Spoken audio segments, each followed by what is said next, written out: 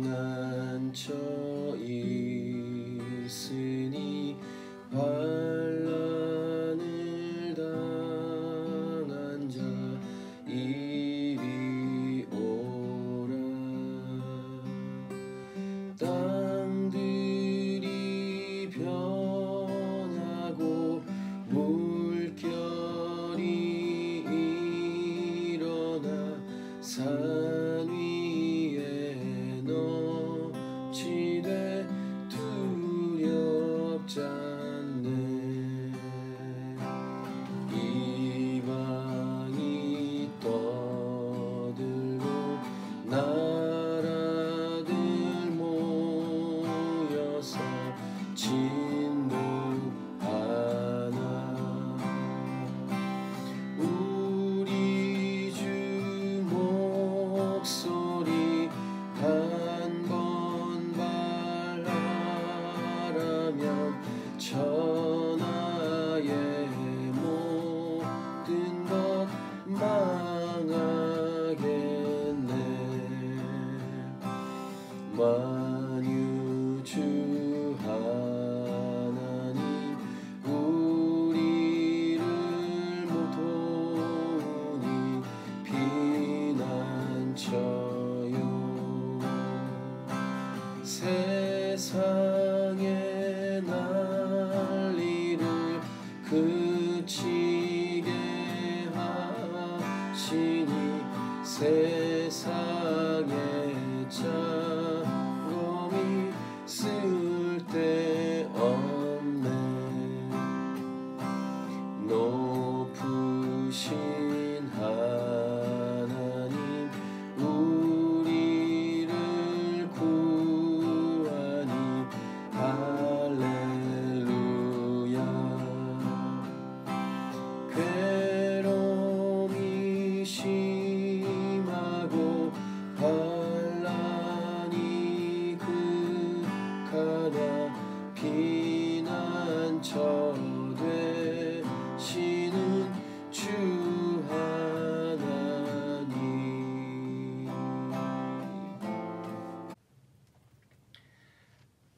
마라나타 싱어즈라는 미국의 옛날 팀이 있는데 그 팀이 You Are My Hiding Place라는 노래가 마이클 제임스 레드너라는 분이 작사한 건데, 한국 번역 가사로는 피난처 되신 주라는 가사입니다. 피난처 되신 주 구원의 노래로 내 마음 채워주시네. 두려움 있을 때 주를 의지해. 내가 약할 때 강함 주시는 나의 주. 이렇게 간단한 가사인데 청년 때 이 노래를 계속 들으면서 또 시편에 주님은 나의 피난처이십니다, 이런 고백들, 그런 고백과 이 노래들을 들어왔었는데, 이 도피성, 오늘 본문에 나오는 도피성을 묵상할 때마다 이 곡이 생각이 납니다. You are my hiding place.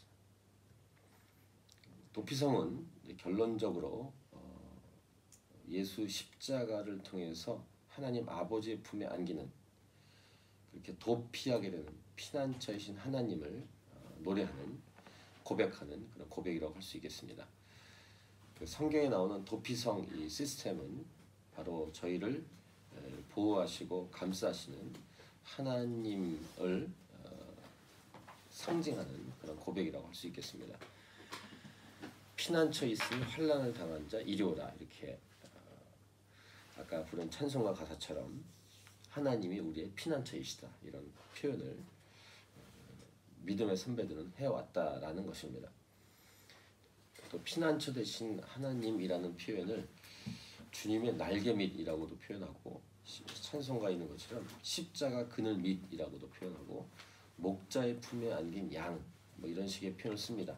이 세상을 살아가는 동안 우리에게는 피난처, 도피처가 필요합니다. 우리 자신도 불완전하고 이 세상에도 천국에 들어가기 전까지는 어느 곳에서도 이 땅에서는 숨을 곳이 사실은 없습니다. 또 하나님이 아닌 다른 존재에 숨었다가 더 고통을, 어려움을 당할 수 있다는 것입니다. 결국 복음 밖에는 우리가 피할 수 있는 출구가 없다는 사실.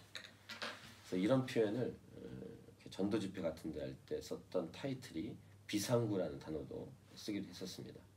비상구이신 예수님 뭐 이런 표현도 썼는데 어쨌든 이 세상을 살아가면서 피난처가 필요한 현대인들에게 이 도피성은 이 복음 메시지로 우리에게 다가오는 성경의 내용입니다. 자, 구약에 이 도피성을 하나님이 친히 명령하셨습니다. 가나안 땅에 정착하면 도피성을 만들라고 말씀하셨는데 오늘 본문의 1절부터 3절을 보시면 여호와께서 여호수아에게 말씀하여 이르시되 이스라엘 자손에게 말하여 이르기를 내가 모세를 통하여 너희에게 말한 도피성들을 너희를 위해 정하여 이렇게 말씀하셨죠. 그 다음에 그 도피성을 만든 이유 목표는 3절에 보시면 부지 중에 실수로 사람을 죽인 자를 그리로 도망하게 하라. 이는 너희를 위해 피의 보복자를 피할 곳이니라 이렇게 기록합니다. 그러니까 일부러 사람을 죽인 게 아니라 실수로 부지 중에 사람을 죽인 자들을 위한 장소가 도피성이었습니다. 그러니까 인생을 살아갈 때 이러한 일이 없어야겠지만 실수로 이러한 일이 벌어졌을 때 물론 죽은 사람과 죽은 사람의 가족도 안타깝지만 실수로 그렇게 해서 사람을 죽인 사람들도 안타깝기 때문에 하나님은 친히 도피성을 만들라고 명령하셨다는 것입니다. 다시 말씀드리지만 이 도피성을 통해서 우리에게 주는 상징적 메시지는 피난처 대신 예수님을 계시한 메시지라고 할 수 있겠습니다. 4절부터 6절을 보시면 이 도피성에 대한 설명이 좀 나와 있는데 자세한 설명은 모세오경, 민수기와 신명기에 더 자세하게 나와 있습니다.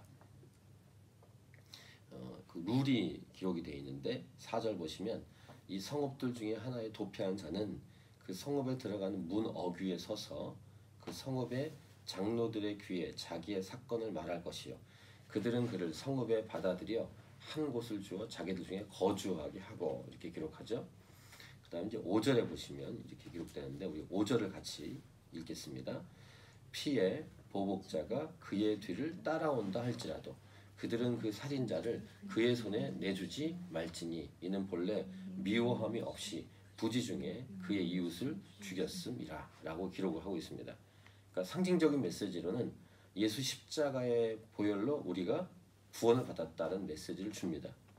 그래서 마귀가 와서 정죄할 때 너 죄인이잖아 이렇게 정죄할 때 예수님이 나의 죄를 대신해서 십자가에서 죽으셨다라고 말하면 됩니다. 그래서 우리를 정죄하거나 이렇게 위협할 수 있는 존재들로부터 완전히 보호해주는 십자가처럼 구약에는 이 도피성이 있었다는 것입니다. 피의 보복자가 그의 뒤를 따라온다 할지라도 그들은 그 살인자를 그의 손에 내주지 말지니 이 단어 표현 보면은 살인자를 그의 손에 내주지 말라 이런 명령 자체가 좀 특이하게 보이지 않습니까? 살인자이지만 부지 중에 그 사람을 죽인 사람. 이는 본래 미워함이 없이 부지 중에 그의 이웃을 죽였습니다. 이렇게 기록을 합니다. 그리고 언제까지 거기에 있을 수 있냐면 6절을 보시면 그 살인자는 회중 앞에 서서 재판을 받기까지 또는 그 당시 대제사장이 죽기까지 그 성읍에 거주하다가 그러니까 공소시효가 있다는 것이 요즘 표현으로 말하면 공소시효 기간을 이렇게 6절에서 언급해주고 있습니다.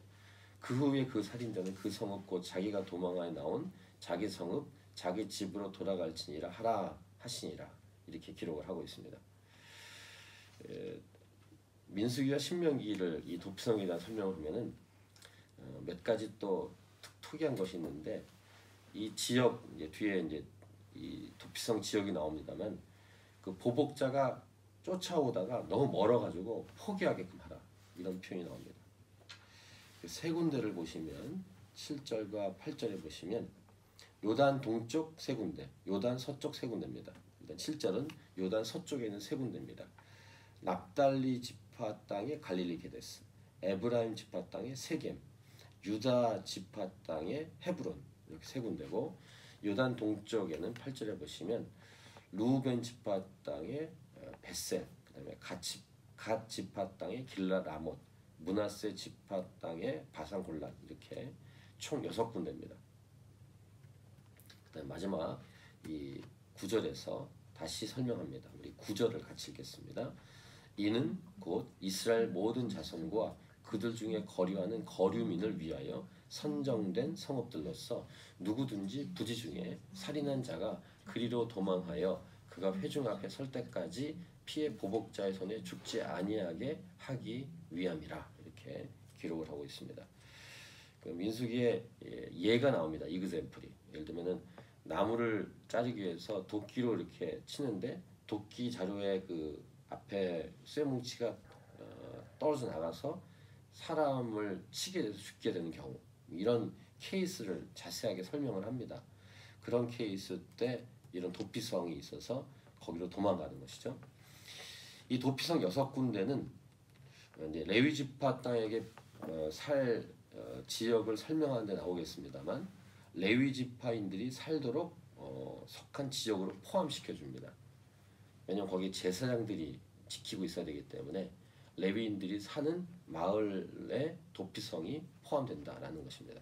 또 도피성까지 가는 길을 그래서 잘 닦아 놓으라고 명령합니다. 모세오경을 보면. 그리고 살인자는 말씀드린 것처럼 도피성 안에 있어야 됩니다.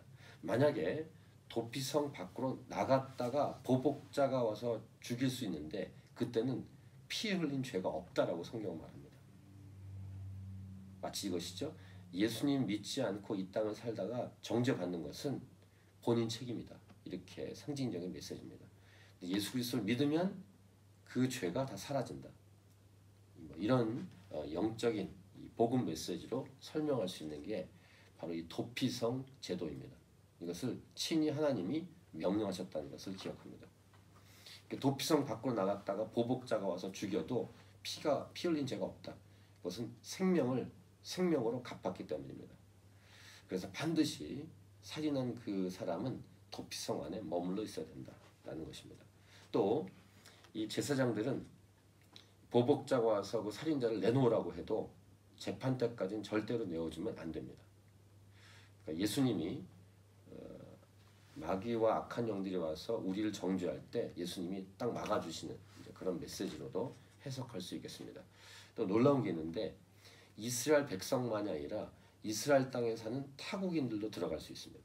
누구든지 들어갈 수 있다. 이것이 도피성 시스템입니다. 이 도피성 제도를 통해서 알 수 있는 것을 몇 가지로 한번 정리를 하면은 이 세상에는 참으로 사건과 사고가 많다는 것입니다. 지금 우리가 사는 이 땅에서도 많은 사고가 있죠. 천국이 아닌 이 땅에는 참으로 많은 사건과 사고가 있습니다. 사건과 사고가 없을 수가 없는 땅이 이 땅입니다. 두 번째는 서로 물고 뜯고 죽이고 보복하는 성향이 인간에게 있습니다. 이 복수하는 것, 이 복수 코드. 영화나 드라마에도 많은 영화나 드라마에서 복수 코드를 쓰지 않습니까? 이 복수하려는 성향이 인간에게 있습니다. 세 번째, 근데 하나님 입장에서는 그 원수 갚음을 너희들이 직접 하지 말고 하나님께 맡기라고 명령하십니다. 네 번째는 저 영원한 피난처이신 예수 그리스도 외에는 이 땅에 소망이 없다는 것을 깨닫게 하시는 것이 바로 도피성입니다. 결론입니다. 결국 도피성은 하나님의 공의와 사랑을 의미하는 것이 도피성입니다. 이 도피성이신 예수님을 이 땅을 사는 동안 꼭 붙들고 믿는 것이 우리가 첫 번째 우리의 중요한 의무이고 또 우리의 책임은 이 도피성 되신 예수님을 알리고 증거하는 복음을 증거하는 것이 우리의 책임이며 의무라는 것을 우리가 기억해야 할 것입니다.